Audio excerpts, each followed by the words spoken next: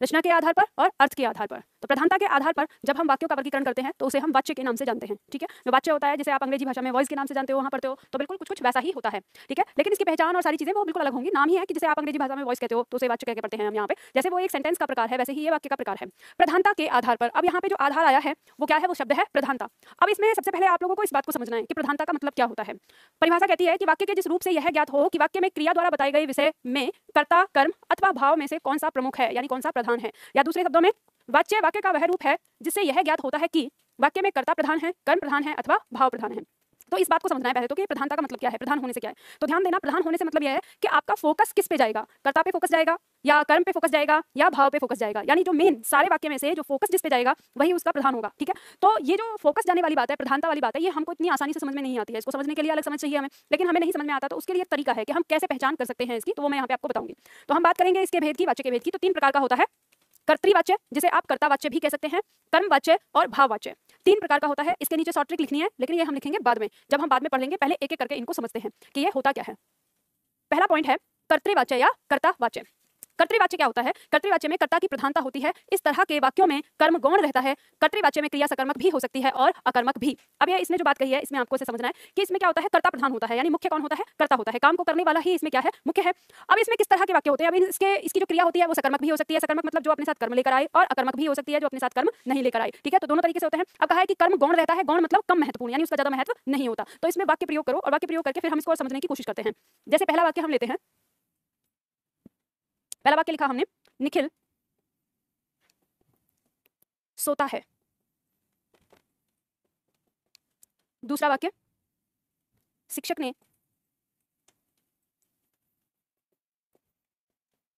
ने छात्रों के लिए एक पुस्तक लिखी।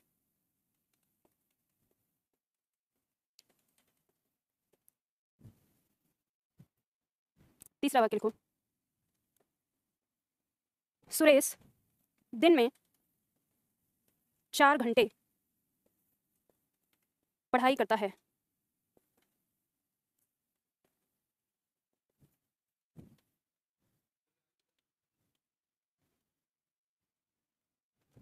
सुरेश दिन में 4 घंटे पढ़ाई करता है।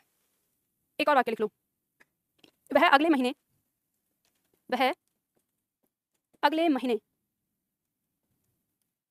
दिल्ली जाएगा।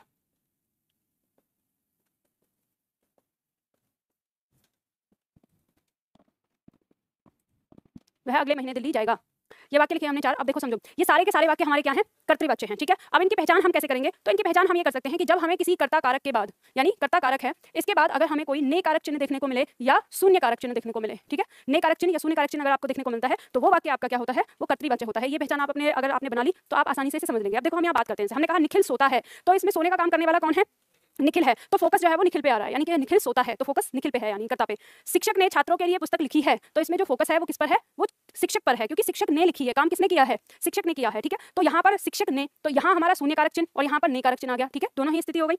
सुरेश दिन में 4 घंटे पढ़ाई करता है, तो सुरेश दिन में 4 घंटे पढ़ाई करता है, तो यहाँ सुरेश के बाद कोई कारक चिन्ह नहीं है। आपको ये पता चल गया कि सुरेश यहाँ पे हमारा जो फोकस हो रहा है, पढ़ाई करने का काम कौन कर रहा है, सुरेश कर रहा है, तो फोकस सुरेश पे हो रहा है। वह अगले महीने दिल्ली जाएगा, तो ये हमारा सर्वनाम आ गया। हमने सर्वनाम में भी चेक करके देख लिया, इसके साथ यहाँ कोई कारक चिन्ह नहीं है, शून्य कारक चिन्ह आया है, तो ये फोकस जो है वो हमारा किस पे हो रहा है, कर्ता पे हो रहा है। तो ये हमारे वाक्य क्या होंगे, ये कर्तृवाच्य कहलाएंगे, ठीक है। और ध्यान रखिएगा, हमारी भाषा में जब हम पढ़ते हैं तो 80% कर्तृवाच्य ही होता है, ठीक है। इसमें बहुत ज्यादा मतलब सबसे ज्यादा मात्रा में वाक्य पाए जाते हैं। ये आप लोगों ने समझ लिया, लिख लिया, मिटाऊं अब इसे। इसके बाद दूसरा आता है हमारा कर्मवाच्य। कर्मवाच्य की परिभाषा क्या होती है, कर्मवाच्य कहता है कि जिस वाक्य में कर्म प्रधान होता है उसे कर्मवाच्य कहते हैं, यानी इसमें कर्ता प्रधान नहीं होगा, क्या होगा, कर्म प्रधान होगा। इस प्रकार के वाक्यों में कर्म की प्रधानता के कारण कर्ता या तो लोप रहेगा, लोप का मतलब गायब, या तो कर्ता वाक्य में होगा ही नहीं, या फिर अगर होगा तो गौण होगा, गौण मतलब कम महत्वपूर्ण, उसका महत्व नहीं होगा, यानी फोकस उस पर नहीं होगा। किस पर होगा, फोकस कर्म पर होगा। इस वाक्य की क्रिया हमेशा सकर्मक होती है, क्योंकि कर्मवाच्य है तो कर्म का होना जरूरी है, कर्म होगा तभी तो फोकस होगा, तो इसलिए इस वाक्य की क्रिया क्या होगी, हमेशा सकर्मक होती है। अब इसमें हम वाक्य लिखते हैं, लिखो, इसमें वाक्य लिखेंगे और फिर से समझेंगे। वाक्य आता है पहला हमारा, पतंग उड़ रही है। दूसरा वाक्य, सड़क बन रही है।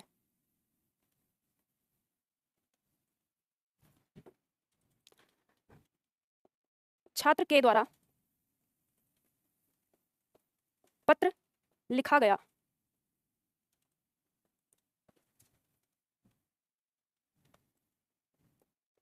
किसान के द्वारा खेत जोता जा रहा था।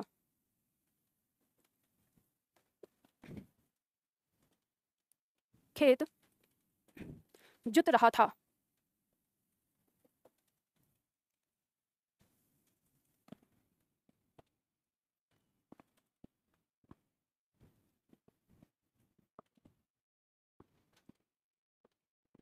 लिख लिया ये आप लोग?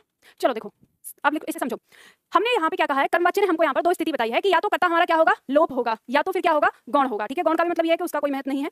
तो हमने सबसे पहला वाक्य देखा, पतंग उड़ रही है। इस वाक्य में अब हमसे कोई पूछे कि वाक्य कौन सा वाच्य है, तो हमें पता चलेगा कि ये क्या है, हमारा कर्मवाच्य है। ठीक है, तो कर्मवाच्य में पतंग उड़ रही है। अब ये बताइए कि इस वाक्य में आपका कर्ता आया है क्या, पतंग उड़ रही है? क्योंकि हम कैसे कर्ता की पहचान करेंगे, हम प्रश्न करेंगे क्रिया के साथ। क्रिया क्या है, उड़ रही है। तो कौन उड़ रही है, उससे उत्तर आएगा। तो कौन उड़ रही है, अगर आप देखेंगे तो उत्तर आता है आपकी नजर में पतंग। पर ये पतंग क्या कोई सजीव है? क्या ये पतंग अपने आप उड़ सकती है? नहीं, इसको उड़ाने वाला कोई और है। या तो हवा है, हवा के द्वारा ये उड़ रही है, या कोई व्यक्ति डोर से इसको कंट्रोल कर रखा है जिसने, तो वहां उड़ रही है। तो यहाँ पे हमें पता चलता है कि जो पतंग है, एक बात ध्यान रखिएगा, जब इस तरह से वाक्य आएंगे तो जो अगर आपको ये कर्ता लगे तो आपको देख लेना है, अगर ये निर्जीव है तो इसका मतलब ये कर्ता नहीं, ये क्या है, कर्म है। क्योंकि आप अगर प्रश्न करते हैं क्या उड़ रही है, तो पतंग उड़ रही है, और क्या से कौन आता है हमारे सामने, कर्ता आता है। कर्ता आता है, हाँ, अरे कर्म आता है। ध्यान कहाँ है तुम लोगों का?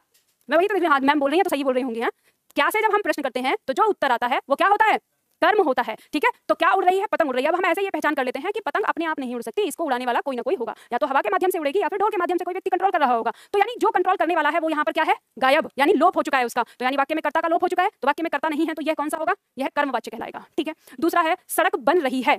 सड़क बन रही है, सड़क अपने आप बनती जा रही है क्या? तो कोई बना रहा है, तो जो बना रहा है यानी जो काम को करने वाला है वो यहाँ पे क्या है, लोप है। तो जब काम को करने वाला यहाँ गायब है, लोप है, तो फिर ये कौन सा वाक्य होगा, हमारा कर्मवाच्य होगा। ठीक है, और वैसे भी हम देख सकते हैं सड़क क्या है, सड़क एक निर्जीव है। ठीक है, छात्र के द्वारा पत्र लिखा जा रहा है। जो फोकस हो रहा है वो छात्र के द्वारा पत्र लिखा जा रहा है, यानी क्या लिखा जा रहा है, पत्र लिखा जा रहा है। तो फोकस इस पत्र पर आ रहा है, तो ये हमारा क्या होगा, कर्मवाच्य होगा। और अगर आपको फोकस ना पता चले तो आपको क्या देखना है कि इस वाक्य में कर्ता कौन है। तो इस वाक्य का कर्ता है छात्र। जब कर्ता कारक के साथ के द्वारा कारक चिन्ह लगा हुआ देखने को मिल जाए तो आंख बंद करके क्या लगा देना, कर्मवाच्य। ठीक है, ये इसकी पहचान है। या तो कैसा आएगा, कर्ता उसमें होगा ही नहीं, यानी कर्ता क्या होगा, गायब होगा, कर्ता का लोप होगा। और अगर कर्ता आया है तो कर्ता के साथ कौन सा कारक चिन्ह होगा, के द्वारा। अब आपको याद होगा कि मैंने जब आप लोगों को कारक चिन्ह करवाए थे तो उसमें कर्ता के साथ हमने कारक चिन्ह पढ़े थे, ने, शून्य, और ब्रैकेट में क्या लिखा हुआ था, के द्वारा और से। तो मैंने आपसे कहा था कि जब हम वाच्य पढ़ेंगे इसके बारे में तब अध्ययन करेंगे। तो अब हम वही यहाँ पे आज पढ़ने जा रहे हैं। तो हमें पता चला कि कर्ता के साथ अगर के द्वारा लगा होता है तो वो वाक्य हमारा क्या होता है, कर्मवाच्य होता है। किसान के द्वारा खेत जोता जा रहा था, ये वाक्य लिखा। अब इसमें खेत जोता जा रहा था, जो फोकस है वो किस पे आ रहा है, खेत पे। क्या जोता जा रहा था, खेत, और खेत क्या है यहाँ पर, कर्म। ठीक है, ये कर्म है, ये भी कर्म है यहाँ पर। तो कर्म ये आया है, और यहाँ पे किसान के द्वारा, काम करने वाला कौन है, किसान, और किसान के साथ कौन सा कारक चिन्ह लगा है, के द्वारा। तो के द्वारा लगते ही हमारा कौन सा वाच्य हो जाएगा, कर्मवाच्य हो जाएगा। अब देखो, आपको समझाने की कोशिश की है मैंने यहाँ पर कि जैसे ये वाक्य हमने लिखा कि किसान के द्वारा खेत जोता जा रहा था, चाहे हम इसको ऐसे बोलें या हम ऐसे बोलें कि खेत जुत रहा था, तो खेत अपने आप तो नहीं जुत रहा होगा ना, उसे तो किसी के द्वारा जोता जा रहा होगा। तो यहाँ पे अगर हम ऐसे बोल रहे हैं कि खेत जुत रहा था, तो हमारा फोकस जो सीधा सीधा वो किस पे जा रहा है, कर्म पे जा रहा है। और जब हमने इसको पूरा व्याख्या करके लिखा तो किसान के द्वारा खेत जोता जा रहा था, ये आपका ऐसे भी लिख के आ सकता था ये कि खेत जोता जा रहा था। अब यहाँ पे कोई कर्ता नहीं है, सिर्फ कर्म ही दे दिया है कि खेत जोता जा रहा था। तो ये दोनों तरीके से लिखा हुआ आ सकता है, तो आप दोनों तरीके से पहचान लेंगे। और अगर कर्ता के साथ आता है तो के द्वारा देखते ही आप इसका ये भी पहचान लेंगे। ठीक है, अब जैसे मान लो ये लिखा है सड़क बन रही है, सही मायने में देखा जाए तो ये वाक्य बिल्कुल गलत है, क्योंकि ऐसे तो बोला ही नहीं, सड़क अपने आप थोड़ी ना बनेगी। तो कैसे बोला जाना चाहिए कि सड़क बनाई जा रही है। तो जैसे ये बोलेंगे कि सड़क बनाई जा रही है तो हमें अपने आप पता चल जाएगा काम को करने वाला यहाँ पे गायब है। ठीक है, ऐसे ही पतंग उड़ रही है, यह कहना भी क्या है, गलत है। ये होना क्या चाहिए, पतंग उड़ाई जा रही है। लेकिन क्योंकि हम इसको बोलते हैं ऐसे, तो इसलिए हम इसकी पहचान ये करते हैं कि जब इस तरह से आए और ये हमको कैसा दिखाई दे, कर्ता ही दिखाई दे, तो हमें ये जान लेना है कि वो सजीव है कि निर्जीव। तो हिंदी भाषा में कर्ता हमेशा सजीव होता है। जैसे यहाँ पे दिखा छात्र के द्वारा, तो छात्र क्या है, सजीव है, सांस लेने वाला प्राणी है। और यहाँ किसान के द्वारा, तो किसान क्या है, सांस लेने वाला है, प्राणी है, सजीव है। तो इस तरह से हमें पता चलता है। तो ये बात समझ में आ गई। तो यानी जो कर्मवाच्य है उसकी परिभाषा कहती है कि हमें कर्ता या तो लोप मतलब कि गायब मिलेगा, या तो फिर गौण मिलेगा, मतलब उसका कम महत्व होगा, तो पूरा महत्व नहीं होगा। तो ये बात समझ में आ गई। ठीक है, चलो अब इसके बाद आता है हमारा भाववाच्य। भाववाच्य हमारा क्या कहता है, जिस वाक्य में कर्ता प्रधान न होकर क्रिया प्रधान हो उसे हम भाववाच्य कहते हैं। भाववाच्य में क्रिया सकर्मक भी हो सकती है और अकर्मक भी, यानी क्रिया दोनों ही आ सकती है, ऐसा जरूरी नहीं है कि क्रिया इसमें हमारी अकर्मक होगी कोई। तो भाववाचक में क्रिया सकर्मक भी हो सकती है और अकर्मक भी, लेकिन हमें जो अधिकतर वाक्य देखने को मिलते हैं उसमें क्रिया हमारी अकर्मक ही देखने को मिलती है। और इसकी एक पहचान है कि ये वाक्य प्राय नकारात्मक होते हैं, मतलब ये वाक्य जो हमें देखने को मिलेंगे ये अधिकतर हम इनको नकारात्मक में प्रयोग करते हैं। इनमें फोकस किस चीज पर होता है, क्रिया पर होता है। जैसे उदाहरण के तौर पर लिखो, हम कह रहे हैं रोगी के द्वारा, सुनो, रोगी के द्वारा नहीं, रोगी से बैठा नहीं जाता, बैठा नहीं जाता, रोगी से बैठा नहीं जाता। दूसरा वाक्य लिखो,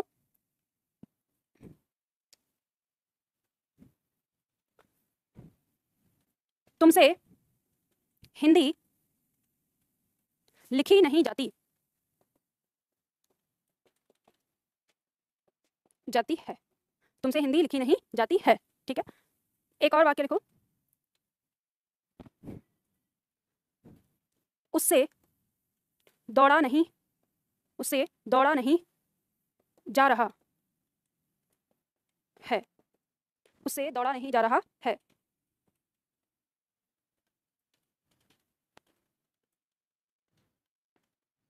ऑनलाइन में छात्र लिख रहे हैं, टीचर जी कुछ भी समझ में नहीं आता है। बेटा क्या समझ में नहीं आ रहा है? या तो समझ में ना आने के दो कारण होते हैं, या तो आप उसको सही ढंग से पूरी तरह से एकाग्रचित होकर पढ़ नहीं रहे, या फिर आपने अभी अभी क्लास ज्वाइन करी है और किसी भी क्लास में आप घुस गए तो आपको पता ही नहीं चल रहा कि मूवी में हम कहाँ पहुंच गए हैं। तो या तो आपको शुरू से सारी क्लास देखनी पड़ेगी जितनी क्लासेस हुई हैं। अगर आपने अभी कल परसों में ही एडमिशन लिया है तो फिर आपको कुछ भी समझ में नहीं आने वाला। फिर वो कब से समझ में आएगा? जब आप अलंकार से क्लास करेंगे, वहां से समझ में आने लगेगा। तो आप ये देखिए कि आप किस तरह से, या तो आप ढंग से पढ़ नहीं रहे हैं, सुन नहीं रहे हैं मुझे इसलिए समझ में नहीं आ रहा, या फिर आपने बीच में से क्लास शुरू करी है इसलिए समझ में नहीं आ रहा। लिख लिया आप लोगों ने? चलो देखो, अब समझो, यहाँ पर हम कह रहे हैं भाववाच्य की बात कर रहे हैं। तो भाववाच्य ने कहा है कि कर्ता प्रधान न होकर क्रिया प्रधान होती है। तो जैसे हमने पहला वाक्य लिखा कि रोगी से बैठा नहीं जाता, तो अब आप ये बताइए कि फोकस जो है वो किस चीज पे जा रहा है? बैठने पर जा रहा है, कि हम बात कर रहे हैं बैठा नहीं जाता। तो अब अगर मान लो हमें फोकस ना समझ में आए तो हमें क्या समझना है कि इस वाक्य में काम को करने वाला कौन है? कौन है काम को करने वाला? रोगी, यानी वाक्य का कर्ता। तो कर्ता के साथ जब से कारक चिन्ह आता है तो वह वाक्य क्या होता है? भाववाच्य होता है।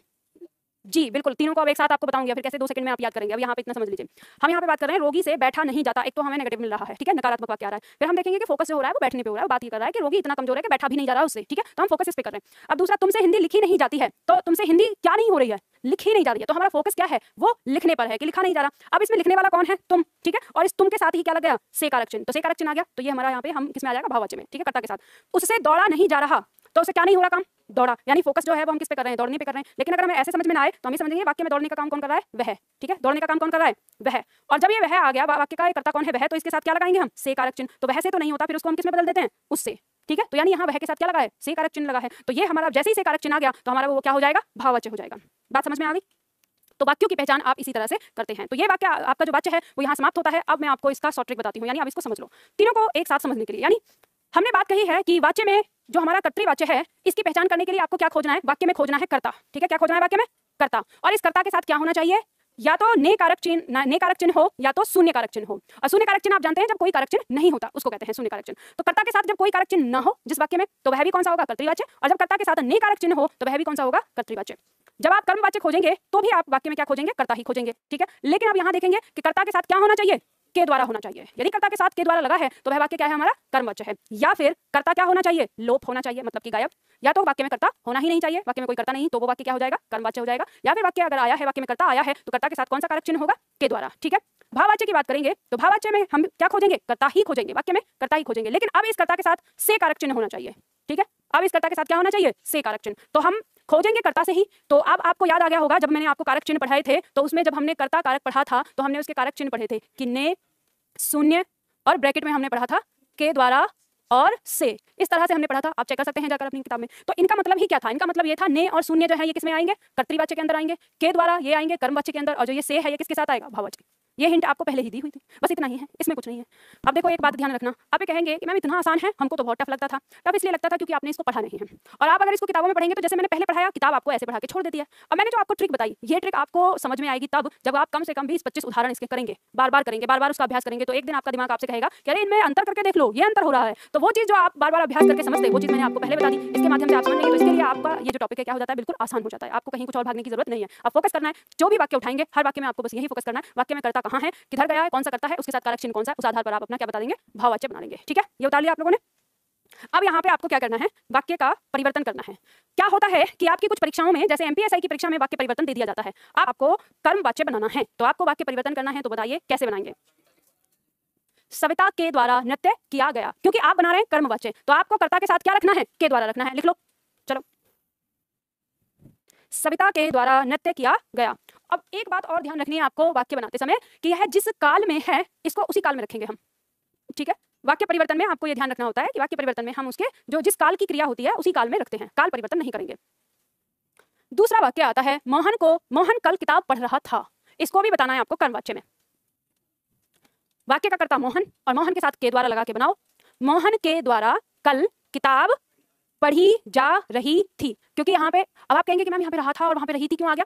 तब तो मोहन के अनुसार आ रही थी क्रिया, क्योंकि मोहन क्या है? पुल्लिंग है, ठीक है। तो मोहन पुल्लिंग है, तो अब मोहन के साथ लगा दिया आपने के द्वारा। तो जैसे ही कर्ता के साथ कारक चिन्ह लग जाता है तो क्रिया कर्म के अनुसार हो जाती है। तो मोहन के साथ तो लग गया के द्वारा, तो अब जो हमारी क्रिया है वो किताब, अब किताब क्या है, स्त्रीलिंग, तो किताब स्त्रीलिंग है तो इसलिए पढ़ी जा रही थी। तो वाक्य क्या होगा, मोहन के द्वारा कल किताब पढ़ी जा रही थी। लिख लिया। तीसरा वाक्य, बच्चे शोर मचाएंगे, बच्चे शोर मचाएंगे, आने वाले समय में है, आने वाले समय में रहने दीजिएगा क्रिया को। तो बताइए, बच्चों के द्वारा शोर मचाया जाएगा, बच्चों के द्वारा शोर मचाया जाएगा, ठीक है, कर्मवाच्य हो जाएगा।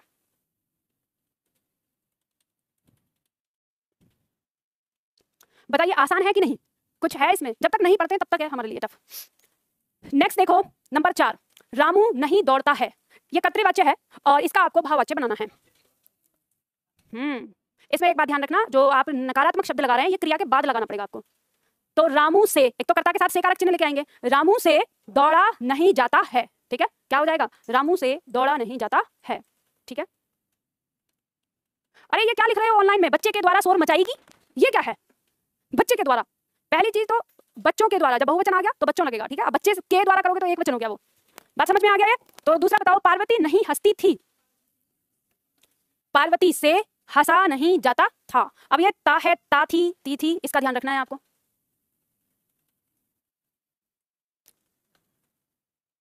पार्वती से हंसा नहीं जाता था। मोहन नहीं सोएगा, मोहन से सोया नहीं जाएगा, मोहन से सोया नहीं जाएगा, ठीक है। ये तो आपने परिवर्तन किया। अब आपको बतानी है पहचान, पहचान बताइए। वाक्य आपको दिया है, आपकी परीक्षा में से पूछ सकता है वाक्य देखे कि इनमें से ये कौन सा है, उससे परीक्षा में पास भी नहीं हुआ गया, यह वाक्य कौन सा है आपका, भाववाच्य। कुछ नहीं करना आपको, कैसे पहचान करनी है, उससे, तो उससे यानी यहाँ पे पास होने वाला कौन है, वह, और वह के साथ लगाए से कारक चिन्ह, यानी उससे हो गया, तो से कारक चिन्ह आ गया कर्ता के साथ, मतलब कि ये क्या है, भाववाच्य है, ठीक है। तो आगे लिख लो भाववाच्य। आगे दिया है बच्चे के द्वारा पत्र लिखा जाएगा, तो बच्चे के द्वारा दिया है बच्चे के तुरंत बाद, तो कर्मवाच्य हो जाएगा, ठीक है। लिख लो फटाफट से। माँ ने कल रात बच्चे को पीटा, पीटने वाला कौन है, माँ, तो माँ के साथ ने कारक चिन्ह लगा है, तो हमें तुरंत पता चल गया ये क्या है, कर्तृवाच्य है, ठीक है, या कि कर्तावाच्य। क्या भावा लगा रहा है, अच्छा, लिखा जाने पे फोकस हो रहा है कि पत्र पे फोकस हो रहा है, लिखा जाने वाली जो चीज है वो क्या है, पत्र है।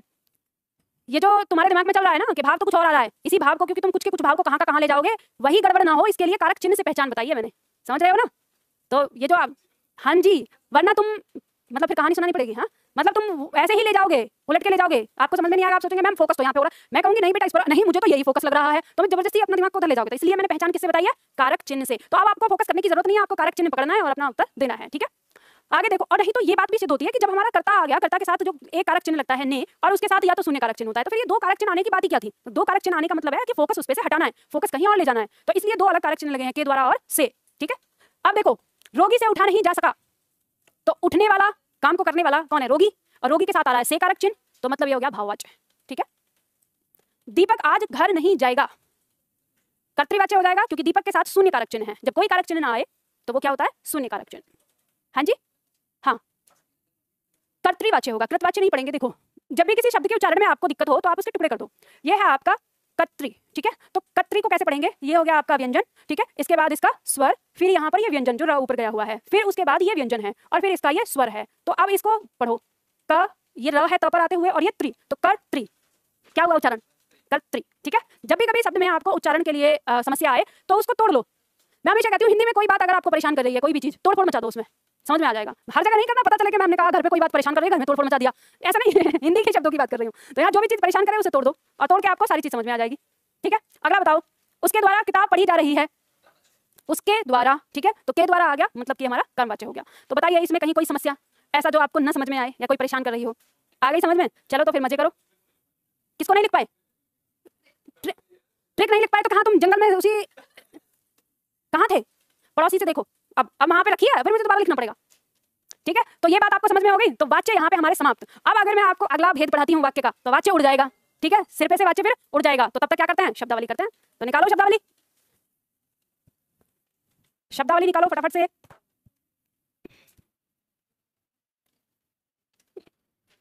विलोम शब्द तो हमारे सारे हो गए, तो आज मुहावरे देखते हैं, मुहावरे में कितना सेट हुआ है।